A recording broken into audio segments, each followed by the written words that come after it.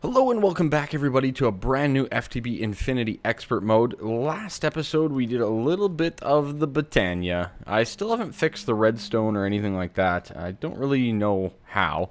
A couple of people recommended Automagi. It's not in the pack, sadly. There was one that was Computer Craft. Another one that was RedNet, which is potential. We could maybe get away with a RedNet controller detecting the amount of signal length. It's a possibility, but I'm still looking for more ideas and all this kind of stuff. By the way, I just joined back in after the server backed up and restarted and all that jazz. But yeah, so we have full mana, which is great. Also over here, I've set up another mana pool that I had this mana spreader shooting to. This mana spreader's shooting to another mana pool up there, which is shooting to our runic altar. And isn't that nice? It's all concealed, but yet we can still craft everything on it.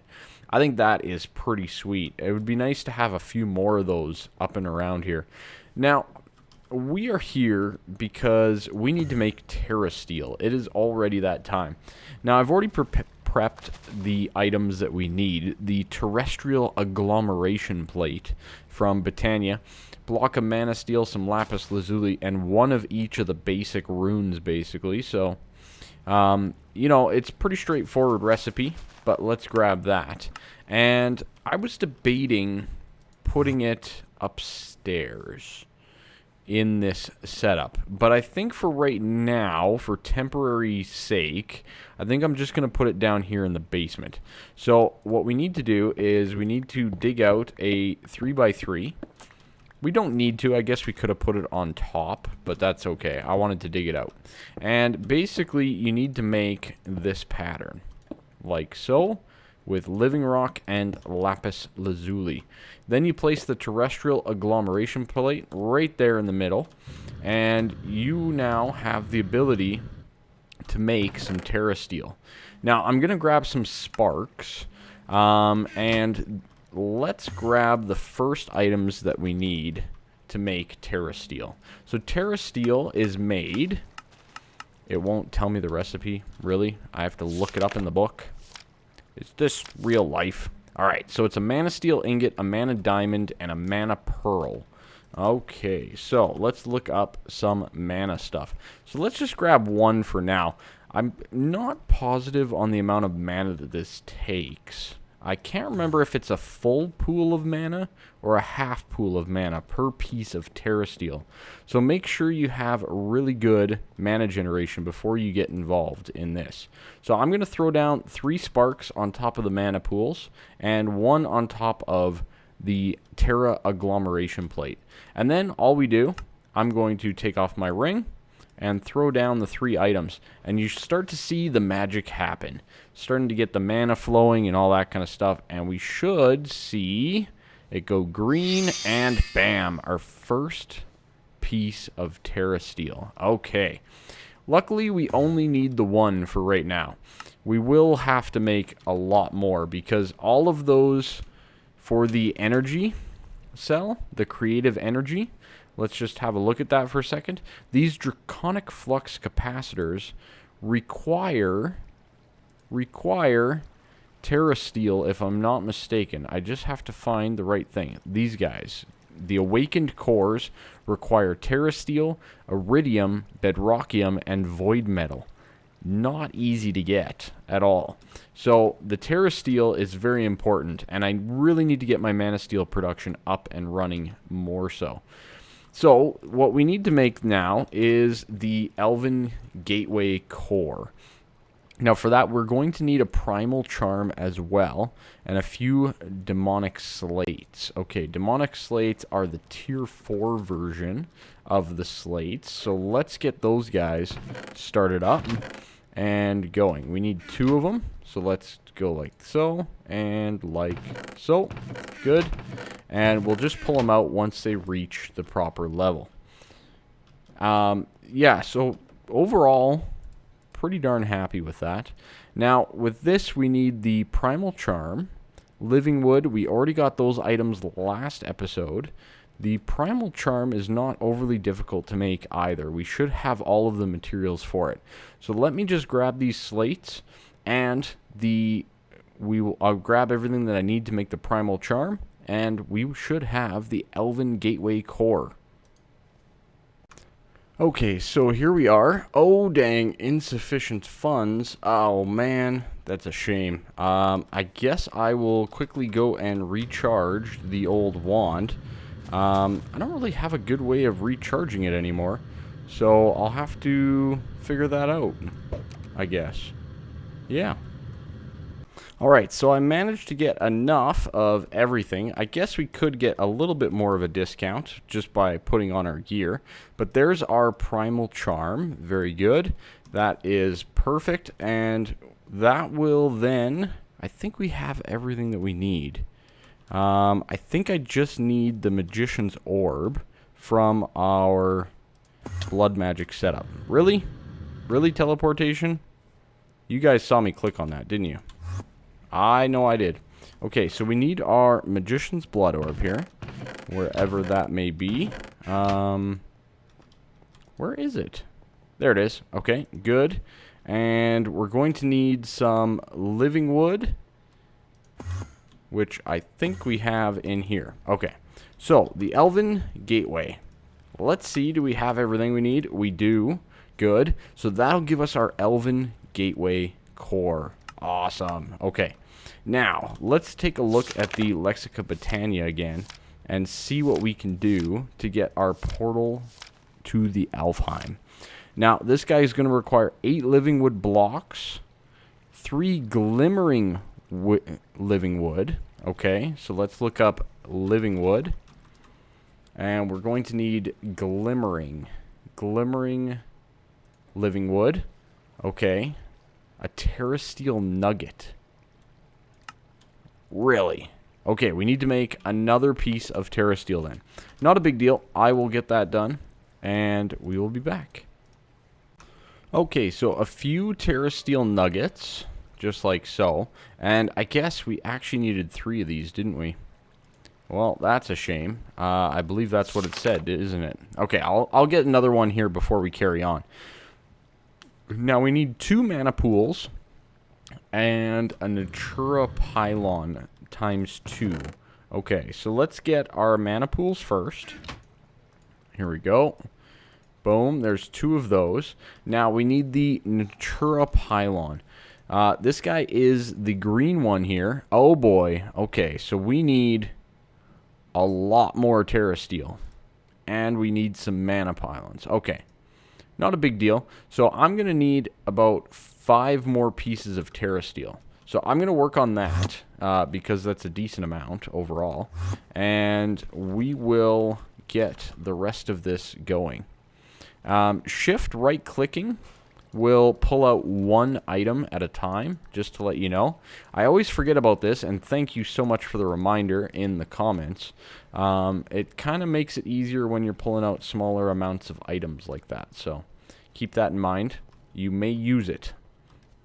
Okay, so I have everything put together here for the 2 Natura Pylons. Beautiful. We have the 2 mana pools. I have the glimmering living wood. And now we just need 8, if I'm not mistaken, of regular old living wood blocks. Yes. Okay, so we should have everything that we need to get this thing made. Now, a cool thing by Botania is this visualize button. So let's head on up to our base, and I kind of want to show you where I want to put this thing.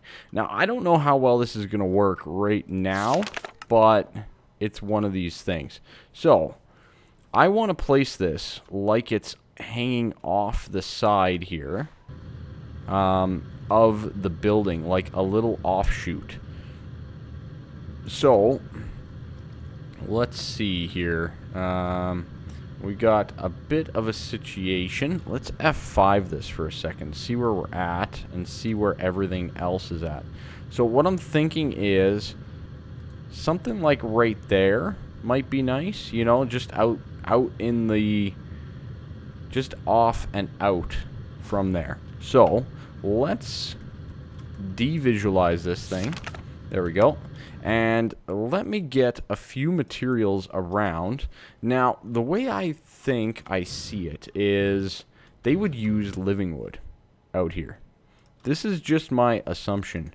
I don't see why they wouldn't. So, I need to farm a whole bunch of living wood here. So, I'm going to get a decent amount of living wood farmed up.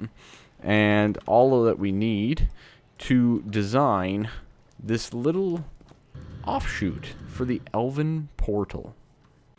Okay, so I think I've kind of designed something that I like. It's just a nice little living wood platform off the side of the Britannia area. And we have the Elven portal as the main feature with these beautiful, beautiful Natura pylons and mana pools right beside it. Now, I mean, the tricky part is going to be getting the mana up here and all that kind of stuff. But we'll try to figure that one out as well. So let's first place in some of these items that we can place. So, like so. And the cool thing about this visualization is it just automatically kind of just disappears as you add in, which, in my opinion, is pretty darn nice. So there's our glimmering, and then we have another one there.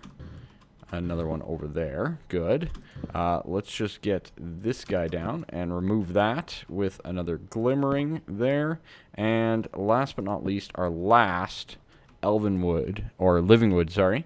And there we go. There is our elven portal. Now, we do require mana in these mana pools. So, we need to figure out exactly how we're going to get mana up here. The other thing that we're going to need to address is the mob spawning up here. Yeah, mobs can spawn. Not great. So, we'll probably need to figure that one out as well. But I like it. You know, it's just kind of off the beaten path. You know, it's part of the main structure up here. The next step will be figuring out how to get mana into these mana pools. Now, I'm not positive if sparks will work with the Natura pylons above them. So let's just do a quick little test with some of these sparks.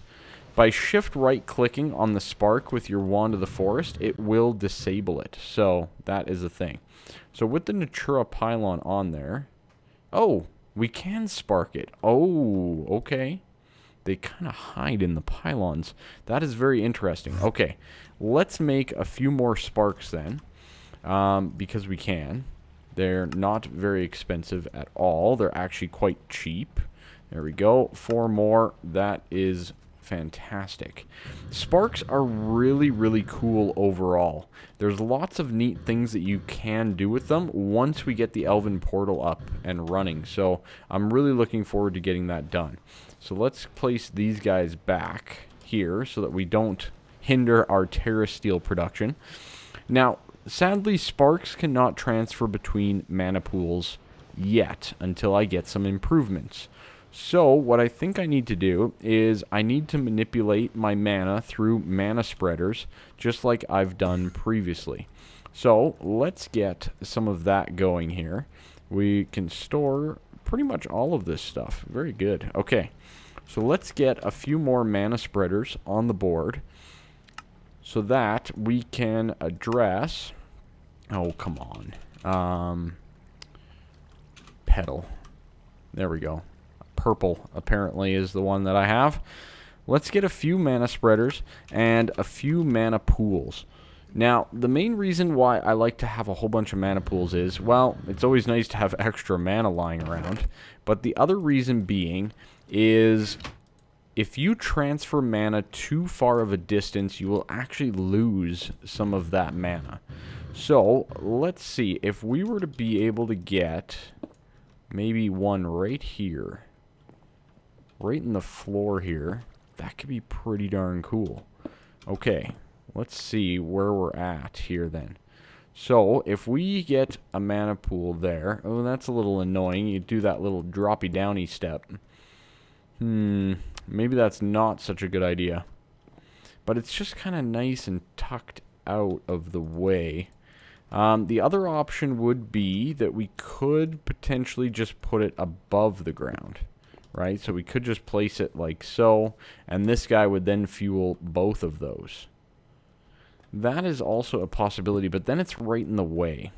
I'm going to need to figure this one out, I guess, a little bit. Maybe we can do, like, a little platform off the side or something like that. Maybe that could look neat with mana pools. And then we'd have to have mana beams shooting out to them. I think for right now, until we get our sparks up and running, I think all that I'm going to do is basically what I said before. I think we are just going to place it right in here, like so, and try our best to connect it somehow to a mana spreader from down below. Maybe one right there. That may work. So we're just going to do a mana spreader like that, and we'll set this to bind mode, and boom, and bind it to this mana pool. Oh, come on. Really? Okay, good. So that'll fire up to the mana pool. Now, I think... I'm not sure if it still will fire if it's blocked. So let's just leave it decently open here. And we will need to jump on down and find a way to get mana then to that mana spreader right there. Probably the best way that I can think of is just by having a mana pool right here. And maybe we just join a mana spreader right on top of this one and bind it up to this mana pool. That should start to fire mana up, which should then fill up this mana spreader and fire it to the next task. Is that doing its thing? Why is that not firing any mana? Because it's not adjacent, right? Okay, let's remove that. Let's remove this one as well. Let's then do this instead. We'll bind that to that, just like we had before. This guy, though, will now go here and get bound to there. So now we should start to see mana getting fired. Yeah, that one's full. So now it's firing mana to that mana pool, which should be then firing it to the upstairs mana pool as well. Is it doing that? It doesn't appear to be doing that. We may be too far away for this spreader to hit that mana pool. It doesn't look like it's shooting any mana. So, how are we going to fix that?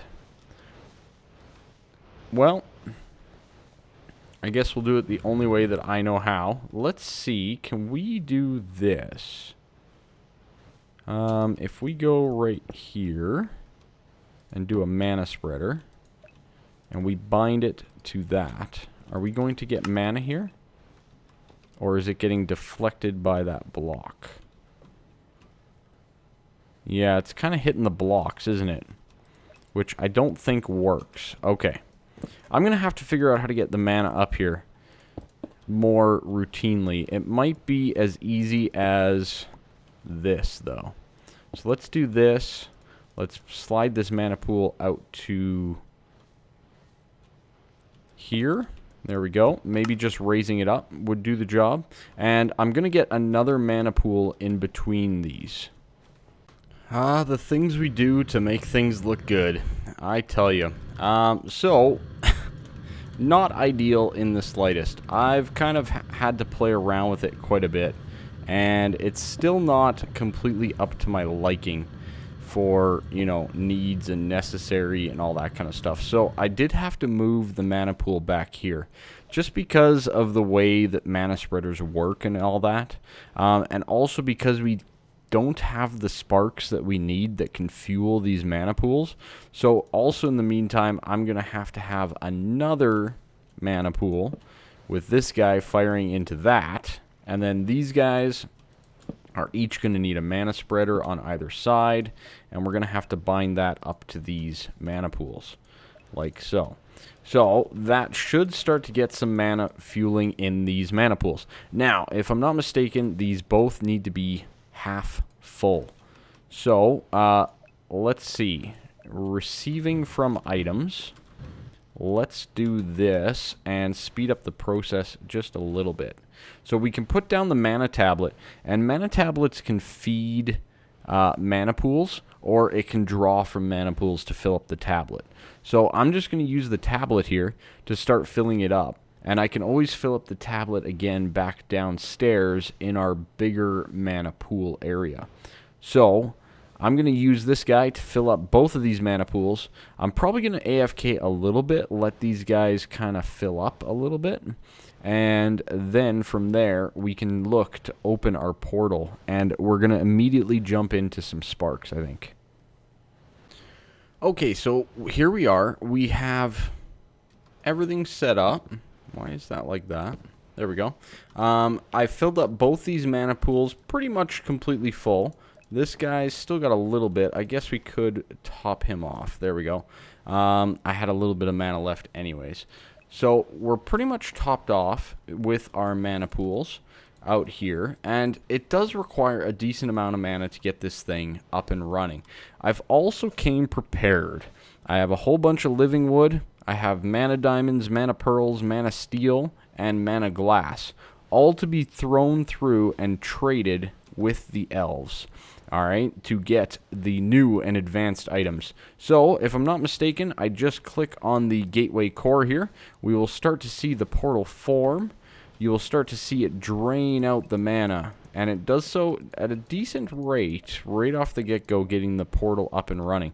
But there we go, we have the portal. So the first thing that I'm going to do is I'm going to throw the Lexica Botania through there, and now we have Elven knowledge with it.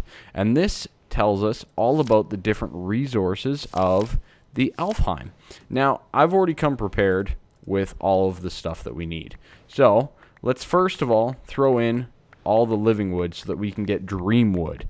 Dreamwood is going to allow us to make better mana spreaders, faster mana spreaders, all that kind of stuff. So I'm going to need a decent amount of it, so let's get a decent amount of it. While this thing is active, you might as well trade with it as much as possible. That's one of the best things of advice that I can give you.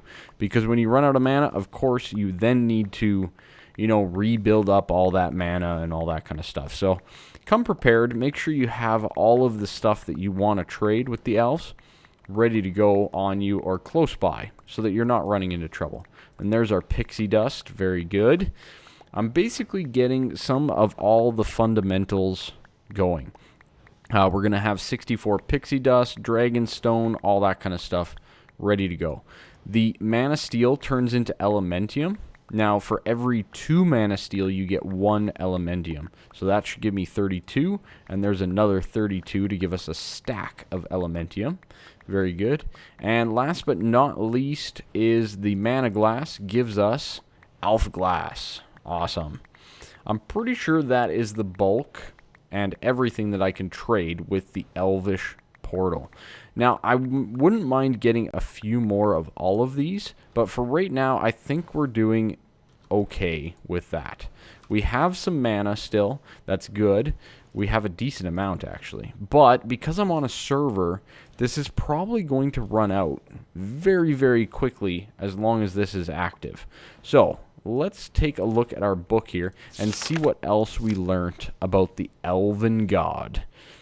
So you do get a message from the elves and all that kind of stuff. Really cool to read. I'm not going to do it here. It's pretty nice. You also get Elven beekeepers. I don't know about that. Okay. And you get the Elven lore.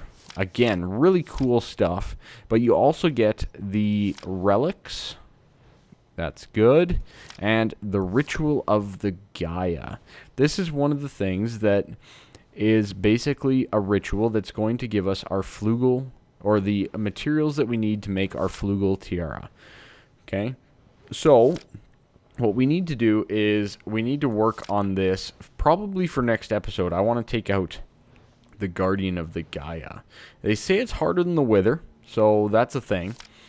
And it probably is. We're pretty overpowered though right now. So I don't know. I'm not too concerned. Now the Gaia pylons are something else that we need to make as well.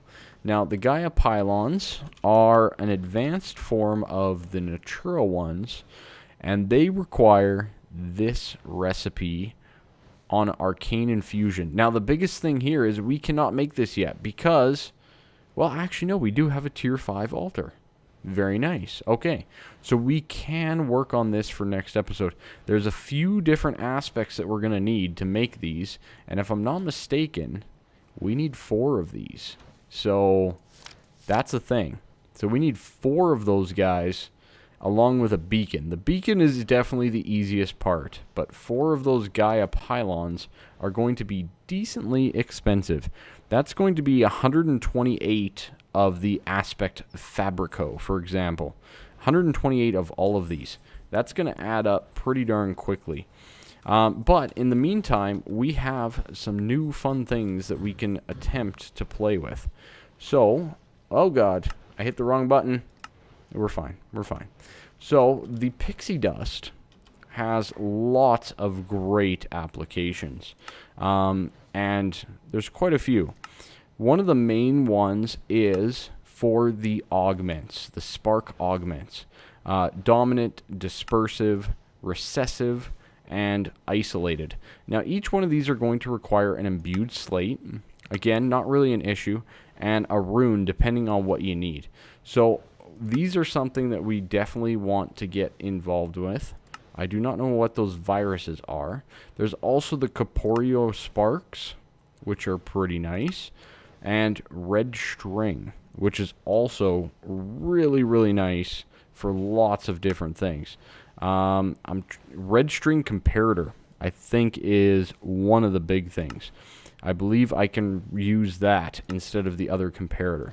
So that is one of the things that we need to get into.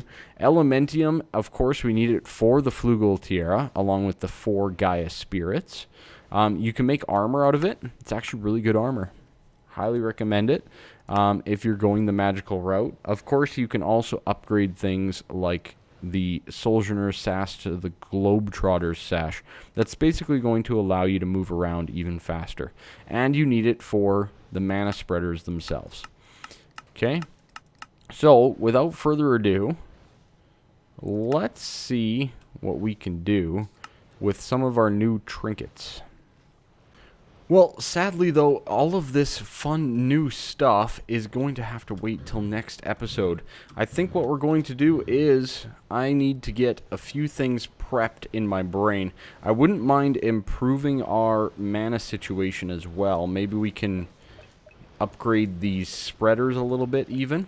You know, some of those basic ones are still lagging behind. Now, the Elven mana spreaders do also require Elementium, so I highly recommend getting a decent amount of it.